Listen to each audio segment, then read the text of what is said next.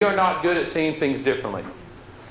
Without a shadow of a doubt, and I know that your teams are not working as effectively as they could be because it's full of humans, right? And we're broken. But to be able to make the leap from where you are today to where you need to be, it more than likely is going to require you to ask yourself, how good are you at imagining that things can change? That someone can act a different way, that you can act a different way about someone, that you can have a different operation in terms of how your teams communicate with one another. If you can't imagine that it's going to be different, then absolutely there's no way it can be. And so that is the first big lesson, to see things differently. And it is not easy. That's why, sure, this is a lesson that we do, whenever I talk to high school students. But it becomes more important when there's more professionals in the room. Because the older that we get less effective at doing this, being able to see things differently. The second big lesson from this is just the word key, K-E-Y, key. Now that you know the key, just like with any challenge like this, you're going to be able to find the other answers very, very quickly. Right? It took the winning team probably 4 or 5 minutes, maybe even longer, to be able to find the first answer. Now that they know the key, they can find the other ones very, very quickly. Actually, one of them is kind of hidden. The sixth one's really difficult, because the place that I found this challenge was, in this book, only had 5 answers. There was an 8th grader in Boston, Massachusetts, that found the 6th answer. She found an answer that the people who created the challenge didn't even find. But now that they know it, they can find the other ones very quickly. And that's a very good lesson for us. Particularly, guys, in a program like this where we're only looking at a couple of just a short list of things. Short list of things. It's like I always say, successful people do not know all the answers. They just know the most important ones. And in terms of you and your impact on the teams, there's something that is the key to your team getting better. I don't know what it is. It takes probably months of examination. It could take 2 or 3 full-day meetings to step back and say, okay, guys, systematically, what are we doing as a team? How are we communicating? How are we doing with trust? How are we doing with this? It's taking you going up to individuals and saying, I need to be able to work better with you. Tell me how I can help this relationship. I don't know what it is, but there's a key in there that once you figure it out, a lot of other answers will fall into place. Because once you get the most important things, then a lot of the little things kind of go away. So they've been running for a few months about these folks that are at this team training, like doing Dr. Phil meets Oprah meets the Dalai Lama stuff. And they're over halfway through the session, they're over in the corner trying to, change their flights and get earlier flights because it's just going way too silly, superhuman tricks. I always wonder if people think that whenever I walk in a motivational speaker, if they get that impression. But I want you to know, I grew up on a pig farm, actually, in northwest Oklahoma. Anybody been to Laverne, Oklahoma? Raise your hand. Been to Laverne? Anybody been to Laverne on purpose? Okay, all right. Laverne is a town of about 1,500 people, right where the Panhandle meets the state. It's God's country. Nobody else wanted it, so God kept it. I grew up on a pig farm, and I asked, actually, at my 16th birthday, my dad loves telling this story. 16th birthday, my friends were asking for Nintendos, and we're asking for cars. I asked for my number one thing that I wanted was a new pair of coveralls as a 16-year-old. And so I was raised with the value of hard work. That if anything is going to help you be successful in life, it is putting your nose to the grindstone.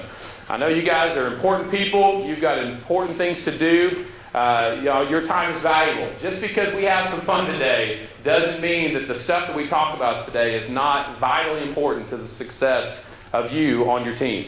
And so I just want to make sure that you know that we may be having some fun over the next hour, but any time that we stop and we're going to write some stuff down, it's really the most important things in my mind for you to really be an effective team member.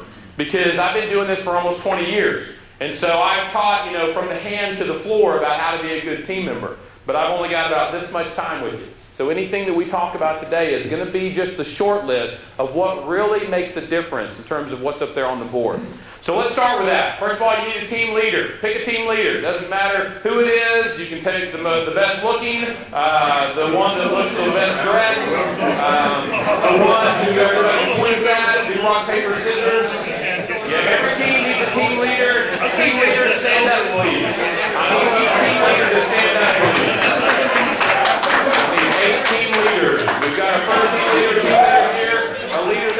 got a leader here.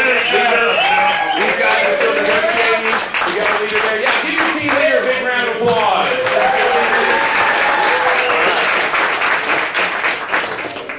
You can have a seat, team leaders. Now, team leaders, just know that you don't have any certain power over your team, okay? Totally superficial position. This is entirely cotton candy, so don't go overboard with it. But you are in charge of your team over the next hour. So basically what that means, if your team is underperforming, I'm coming straight to you. Task number one, let's start with a little bit of intellectual heavy lifting here. Team leader, what I'd like you to do is lead your team through a discussion and see how many answers you can come up with for that question up on the board. And team leader, I encourage you to have everyone write down all the answers that your team comes up with. What do you think are the common traits of highly effective teams? Like if there's a team that is just hitting on all 8 cylinders. I checked out most of your lists. They look good. You guys are staying on track. Team in the back, though, really want to highlight one of their most effective deep thoughts, Jack-Danny answers. What are the common trait of effective teams? They said teamwork. Let's give that a round of applause.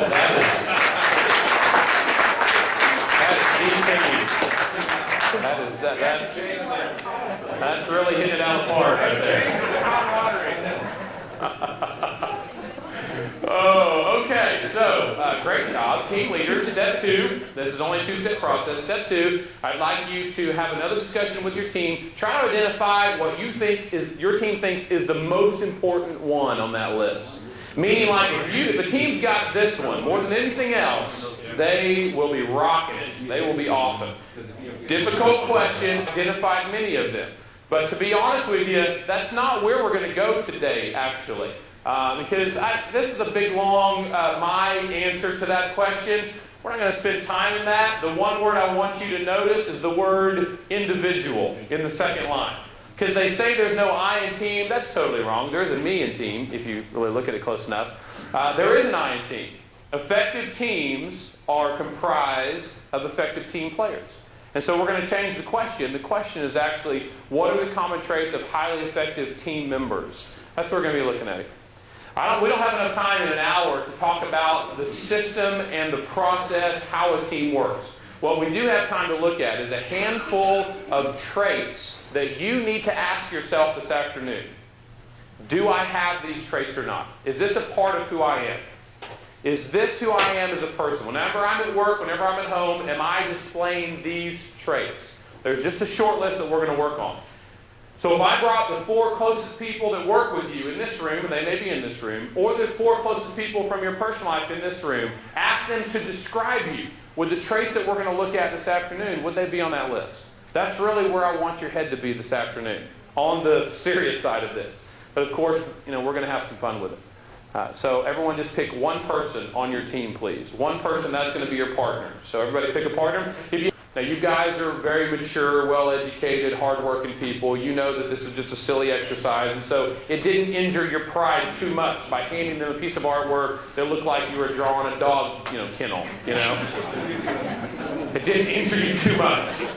And when you hand it to them, they didn't oh, no, nothing like me, and run out the room, right? Like none of that drama happened. But there were a lot of hands that went up when I said how many people you instantly wanted to say, I'm sorry about this. It's very bad. Because you did, you had a sense of, apology because you were fearful of what they would say. Now, this is just a small example and illumination of a bigger problem that can happen with teams if the people on the teams are adding to what you just wrote down. Creating drama in the workplace. Whatever that may be. Either you're supposed to say something to someone that you don't, or you're not supposed to say something to them that you do, or you don't do a task completely and you know that you did it but you don't tell anyone. Whether you've got some conflict with someone but you're not bold enough to approach them and try to resolve that. There's a lot of different ways that drama makes it into the workplace. But when there's a lot of drama, there's low trust. And effective teams are full of trust. They're full of trust. We trust each other implicitly. Now, we do that because the individuals are trustworthy. So let's go back to what I asked you a couple of minutes ago. When we're going through the next hour of our lives, I'd like you to think about these things not only in your work life, but also in your personal life. And here's the first gut check. If I brought those 8 people, 4 that work with you, 4 from your home life, and ask them to describe you, would a person who is trustworthy make it on the list? That's a gut check for us. Now, we all have belly buttons. We're all humans. We're all broken people, right? The goal here to be an effective team member is not to be perfect all the time. It is to be authentic and real, but to understand that good work happens when we can trust one another. And when we do something that may hinder that trust, we rectify it immediately. Like, that is the currency. And that is the currency at work. That is it. Clients don't hire us. They don't rehire us. They won't take what we make. They won't take our recommendations. You won't get promoted. You won't keep your job. I won't want to hang around you. You won't want to hang around me if there's something that breaks down the word trust. Now, this is one of those areas where then we could... Everybody give this team a big round of applause. They got the right answer. Give them a round of applause. Some of the tables are not clapping for you. These 2 tables did not clap for you. So. Obviously not hurting yourself confidence though. Yeah, no, all the other answers were good. They were good answers. And I salute you for them. Definitely. Association, whatever big words that team used. Yeah, this stuff here, they were all important. But the basic mechanism that was going on there was, you've heard it a million times. So repetition was the brain function that allowed that recall to happen because it was over and over again. That's why we can't remember people's names most times. It's because we get their name, then we move quickly on to something else. We don't repeat it enough in our head to allow it to sink into our long-term memory. Obviously, we've all spent a lot of time in front of or on couches and in movie theaters, and so we had a lot of repetition. And I played popular ones to allow that function to really happen. I mean, you play one bass note of Seinfeld, and automatically you think of that. And so the connection here between that mechanism, which was real and true and was the exact main thing that allowed you to remember those, and effective team players, is that effective team players understand the good things that they need to be repeating on a daily basis. They leverage the power of repetition. They know that maybe it seems a little, cheesy to say good job, every day, but by encouraging our co-workers and encouraging our team members, if we do it in a repetitious, habitual manner, it adds up over time and makes a big difference. You never know who you may say good job to, that was the day that they were going to stop coming to work here. But because you said good job, they changed their mind. And so, what is this list? It's a long list. Things that we should be repeating on a regular basis. Let me give you just 3 of them. I'd like you to write these down. These are the 3 E's. The 3 kind of general areas, but some of them are very hard skills that we should be repeating on a daily basis. The first E is excellence. Effective team members are very concerned with doing excellent work. They are concerned with what their work looks like. They take pride in their work. It is a huge issue with them. They want to make sure that if they don't get the job done right the first time, they'll learn how to get it done right the second time. They're very concerned with that.